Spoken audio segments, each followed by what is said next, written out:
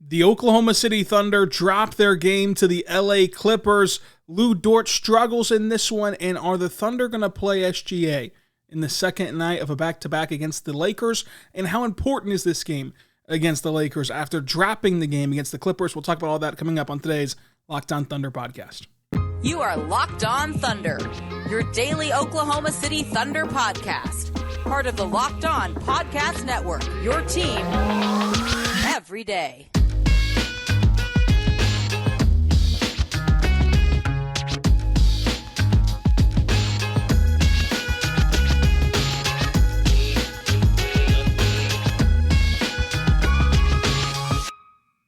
Let's get it going on the Locked On Thunder podcast on the Locked On Podcast Network, your team every day. I am your host, media member and editor-in-chief over at thunderousintentions.com, Rylan Stiles. You can follow me on Twitter at Rylan_Stiles. Follow the show on Twitter at LOThunderPod. Email the show, lothunderpod@gmail.com. On today's show, brought to you by our good friends over at FanDuel, we're going to talk about the Thunder falling to the LA Clippers, what this means for the Thunder, what this means for the future of the season with the standings and how crazy they are, and how they can finish out this road trip with the second game of a back-to-back happening today against the Lakers. This episode is brought to you by FanDuel, the official sportsbook of Locked On. Make every moment more by visiting FanDuel.com/LockedOn to get started.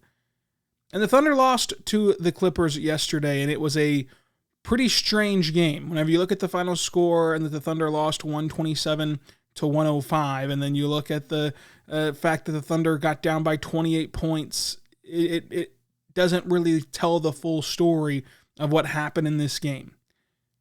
There were 10 lead changes. There were 9 lead changes 10 times that this game was tied. And the Thunder had this game tied up at the half on the road against the Clippers heading into their best quarter. The problem was they just could not survive the non-SGA minutes. They could not, kind of get themselves going again once they hit their lull in the third quarter. Kawhi Leonard was absolutely sensational. Kawhi dropped 32 points and he missed 2 shots. And then from 3, the Clippers knocked down 18 triples on 48% from beyond the arc. OKC shot and made 13 threes on 39 attempts, which is 33% from deep. And that was pretty well the difference in this one. Kawhi was incredible. Their role players were good and were able to knock down triples and were able to contribute in a good high way. For OKC, this is a tough game to lose because you're back down below 500.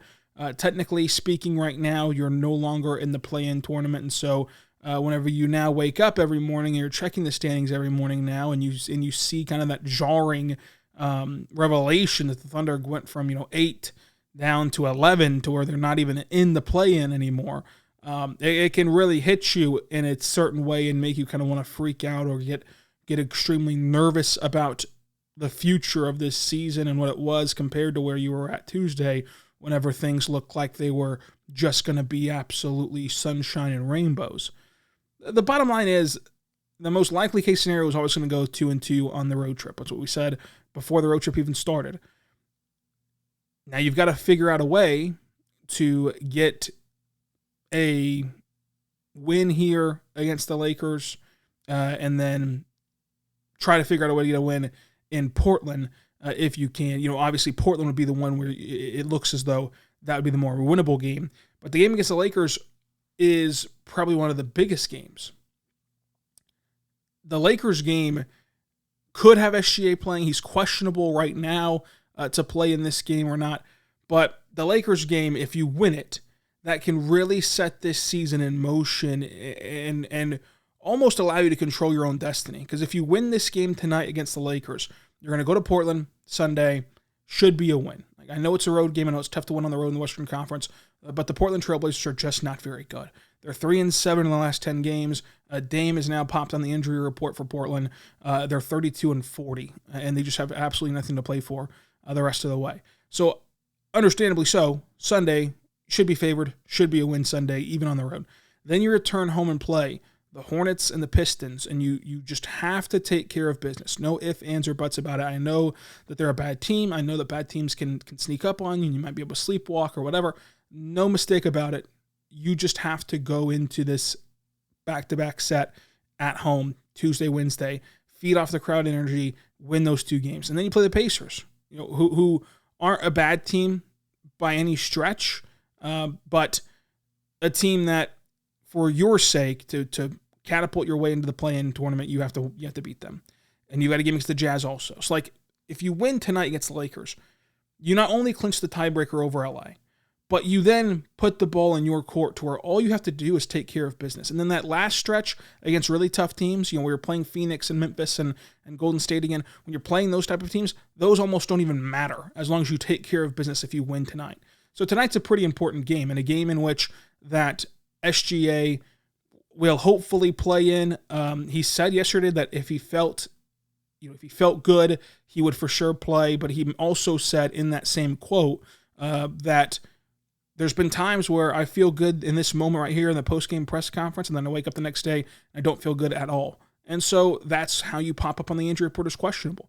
So we'll just see how he feels after shoot around and after getting closer to game time. But it would be incredibly important for him to play in this game. The Thunder are open-minded to letting him play in this game against the Lakers. And this game against the Lakers is going to be, the biggest game of the season, which you're going to hear that pretty much every game from now until the end of the year, because even the games against the Hornets and the Pistons are going to be big because you can't afford to lose them.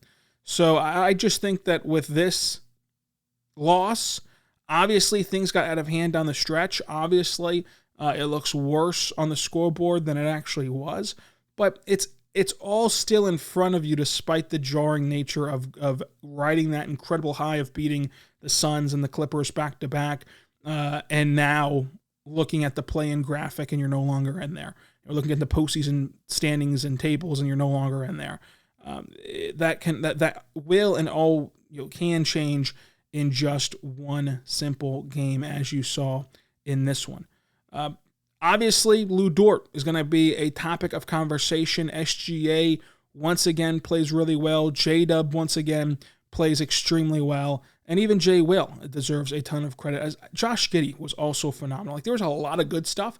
The problem was, outside of SGA, outside of Josh Giddey, outside of J-Dub, there were not enough contributors. You take those guys away, and who else contributed to the success of the team in meaningful minutes? Usman played fine, but in meaningful minutes, it was an off night from Isaiah Joe, who went 0 for 4 and got popped in the lip, and so that obviously detours his game in a big way, where it's hard to come back from getting a lip, what's it called, laceration, where it kind of cuts open a little bit. He had to go back to the locker room from a bleeding lip. So he was 0 for 4. Lindy Waters was 2 for 7. Olivier Saric, both non-factors in this one. Wiggins, 1 for 4 from the floor. Jeremiah Robinson-Earl was pretty clunky in his minutes. And then Trey Mann comes in garbage time. So you didn't really get a boost from anyone besides your big three. And Jay Will played fine. And then Lu Dort was terrible in this game. And so when that happens, that's the margin. That's the razor-thin margin of error that the Thunder play with whenever they're such a young team that's still going through developmental periods and still not fully flushed out as a roster yet. If you have a couple guys have a bad night, Isaiah Joe over 4, Lu Dort plays terrible, that changes the complexity of your team entirely. And so you go from being tied at halftime to getting blown out in the second half. Now, before moving any further, it's important to note, how many times have we looked at this team and said, wow, they just got absolutely manhandled, they just got absolutely blown out, or they didn't bring or play their style of basketball. Every time that we've said that about them this season, the very next game, they've responded. So let's see if they can do it again. Let's see if they can once again respond and play a really good game tonight against the Lakers, because it will be the most important game of the season. It truly will. Coming up, we'll talk about Lu Dort. We'll talk about SGA and Josh Giddey in their games individually after this kind of overarching look at the game as a whole. But first, I want to tell you right now about our good friends over at the Nissan Aria. Folks, Nissan Aria is incredible, and it is awesome. You're going to want to go right now to NissanUSA.com to shop now for the Nissan Aria, and they're bringing you the Player of the Week, folks. And the Nissan Aria Player of the Week, it has to be SGA because of what he's doing and how amazing he is post All-Star break, leading the NBA in scoring. He is just brilliantly fierce. He is stunningly powerful, and he is electric. But also, J-Will, pretty electric. So let's go Nissan Aria Electric Player of the Weeks, brought to you by the all-new, all-electric 2023 Nissan Aria, because there's nothing more electric than watching J-Will knock down a triple and then go to half court and start screaming boom, and it gets everybody excited. Everyone's tweeting out boom, screaming boom at their television, screaming it in the arena. Chris Fisher is even leaning into it on the broadcast, saying boom whenever he hits a three. So that brings some electricity. That packs a pin you to your seat power and premium intelligence, just like the all-in-one EV of the 2023 Nissan Aria. So check it out today, the all-new, all-electric 2023 Nissan Aria, the EV for people who love to drive. Shop now at NissanAria.com.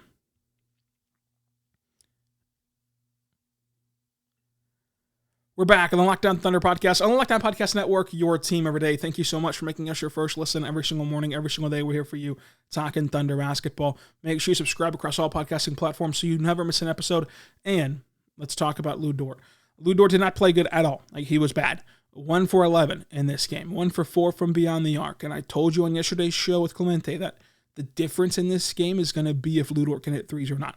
If he's on from three-point land, this team would look totally different and would be able to handle the Clippers, but he was not on from three-point land. He was 1 for 4, and he shot 1 for 11 overall, and it all got compounded by this stretch of what felt like 20 straight possessions. It was obviously like 2 or 3, not 20, but it felt like 20 straight possessions of him coming down the floor and jacking up a mid-range shot and just bricking it.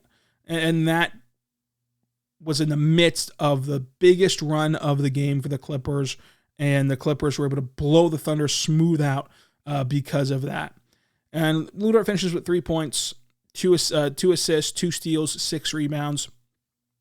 I think that with Lu Dort, I understand the frustration. I understand the criticism of Lu Dort.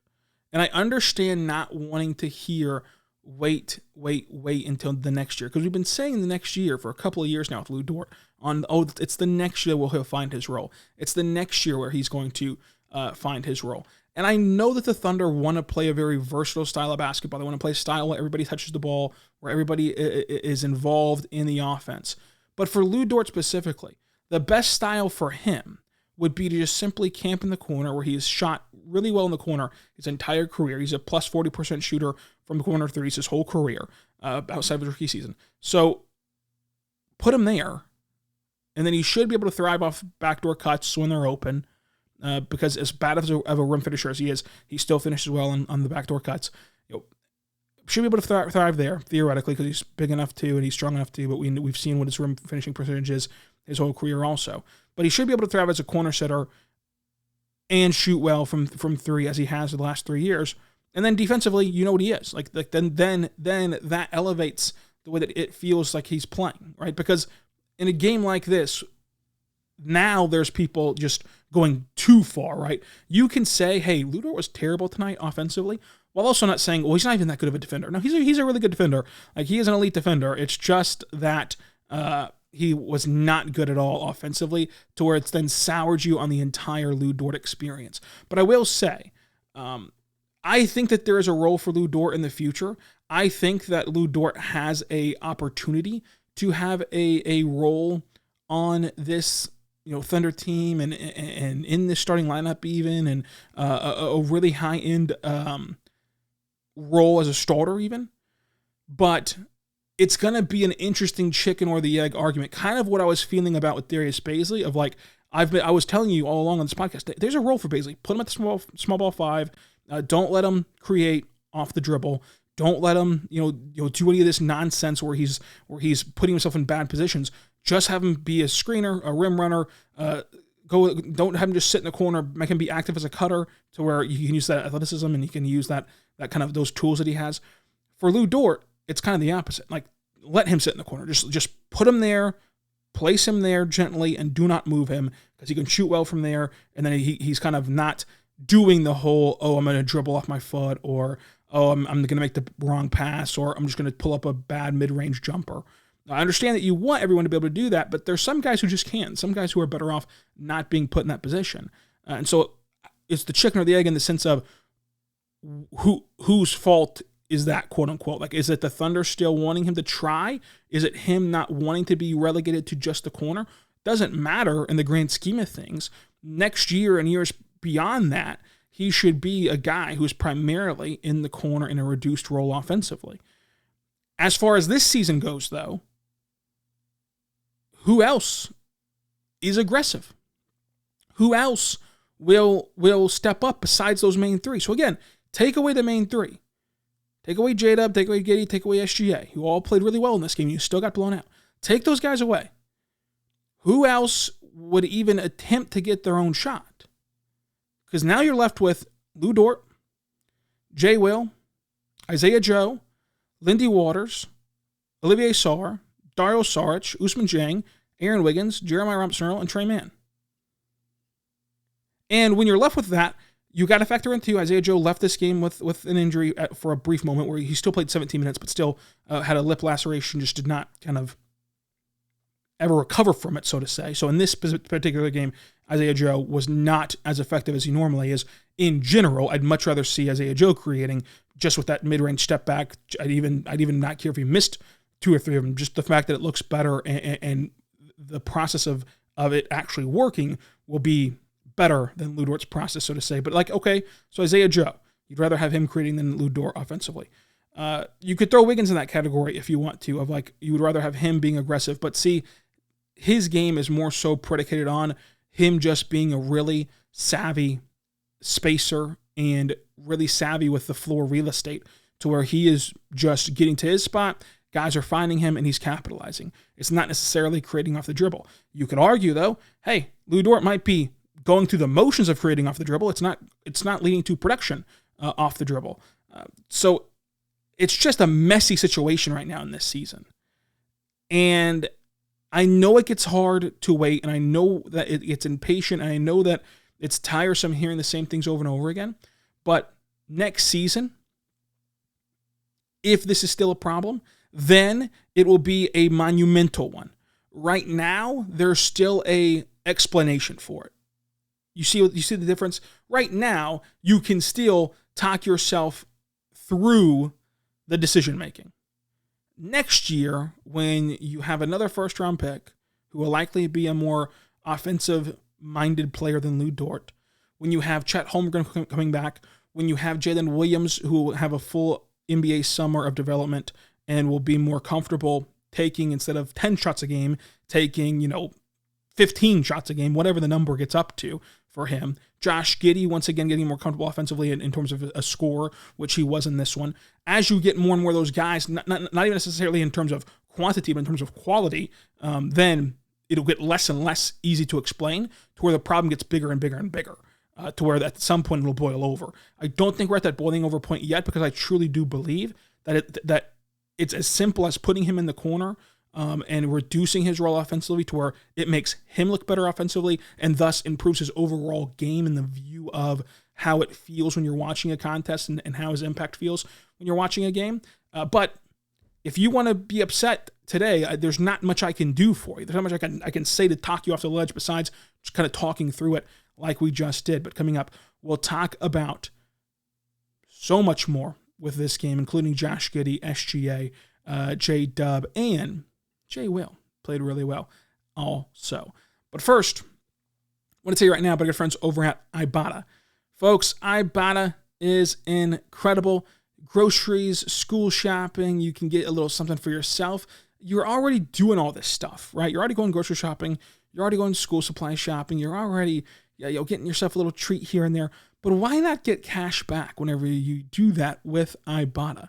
Because you can watch as Ibotta is able to give you cash back on stuff like groceries. You can earn $120 per year in real cash back that could cover the cost of an entire shopping trip for you. Or You could use that cash back to buy things that you might have had your eye on for a while, and make sure that you check it out because you can earn cash back on those shopping trips with Ibotta. You can get cash back on hundreds of grocery items, from produce to personal core to pantry items, personal care. Either try it out today by going to Ibotta. You can use our code LOCKED. And when you do that, you're going to get $5 for just trying Ibotta. Use the code LOCKED when you register. That's in the App Store or the Google Play Store. You can download this for free. It's the Ibotta app. Use the code LOCKED. You will be able to get $5 just for simply trying out the product. That's Ibotta, Ibotta, in the Google Play Store or Apple Play Store, Apple App Store. Use code LOCKED.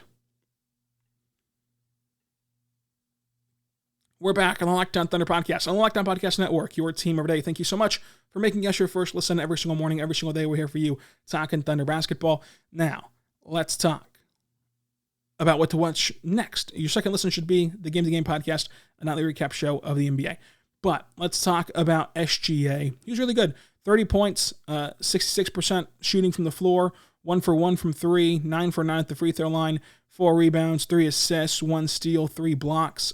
He was locked in on both ends. He was that kind of killer that Kawhi was in this one. It's just that he played 26 minutes and Kawhi played 34 minutes, and Kawhi's surrounding cast allowed him to kind of elevate the rest of the team. But they were going blow for blow. I mean, you saw it in the first half where the game was tied. They were going blow for blow for blow, and it just so happened that the Thunder ran out of gas in this one. But SGA was awesome. SGA is questionable today against the Lakers. He did take a dive, a fall, whatever the case is, to where he was grimacing a little bit. I'm not sure if that will have anything to do with his designation for if he'll play in this one. I would truly imagine that this is a true game time decision where you go through warm-ups and you see how he's feeling and you see if he can play. Just based upon how great SGA is in LA and how much playing in this particular building has been great to him, I would imagine he'll try everything he can to play. But as of right now, he is questionable, and that is just going to be something that we watch for the rest of the remaining hours until that game starts, of if he will or will not play in what is the biggest game of the season. Because again, a win in this one, you win this game against the Lakers if SGA plays and if he can get you the win. If you win this game against the Lakers, you get win here, win in Portland, and then you win Charlotte and Detroit. You're on a 4-game winning streak going into Indiana to play the Pacers, a team that you should be able to beat. And now everything starts to snowball for you as a franchise, as a team, and you get some momentum heading into the rest of the way. And you might be able to ensure yourself a top 10 seed before you even have to deal with that tough ending to the season. So SGA was awesome. I hope that he can play in this one this evening or tonight, late at night, because it's a West Coast affair. Josh Giddey, he was awesome, and he was a legit scoring threat, both at the rim, both on the perimeter. He was a legit scoring threat, 18 points, 3 rebounds, 4 assists for him. Jay Will was really good also. He was able to create a lot in this one, and I just love the way that defenses, even as he's 1 for 4, if you leave him open, he's going to knock it down more often than not. And whenever you scramble to pick him up at the perimeter, he's able to branch that into more offense for the team. So either way, you're not doing yourself a favor with how you choose to defend Jay Will on the perimeter, which kind of puts you in a compromised position either way. J-Dub was awesome. 12 shots in this one more than Lu Dort. Obviously, you want to see his shot total continue to climb, but he's also a rookie, and that thing, that kind of comes with time, comes with the nature of development and growth. You're going to see games where he looks really, really good in that aspect, and some games where you'd want him to shoot more. But shot 58% from the floor, 2 for 4 from 3, 16 points, 4 assists, 3 rebounds, was really good. And then we talked about Lu Dort, who was just not great. And off the bench, I mean, Ousmane Dieng was fine. The minutes weren't very impactful to me with Ousmane Dieng, which isn't his fault. I mean, he played 15 minutes only, and it was a game that got out of hand at the later stages. But let's see how this team responds. And we do have to give this team a certain amount of credit, because every time that we've had to be put in this position to where it's like, that was a bad loss. That was a tough one to lose. Every time that we've said that about this team. They responded really well, and they've gone out and they've answered the call. So can they do it again this time on the second night of back-to-back? We'll see. We'll be back after that game is over to recap it right here on the Locked On Thunder podcast. And until then, be good and be good to one another.